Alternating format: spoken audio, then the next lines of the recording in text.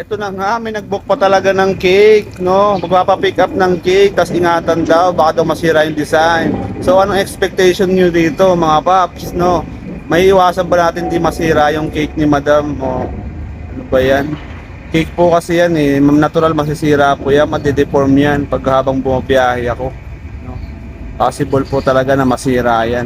O, sana, ano, sa iba na lang i-book. Pero siguro, kung may box siguro sa likod na ano, kung meron ka dyan sa likod na box, pero baka masihira pa rin yan eh.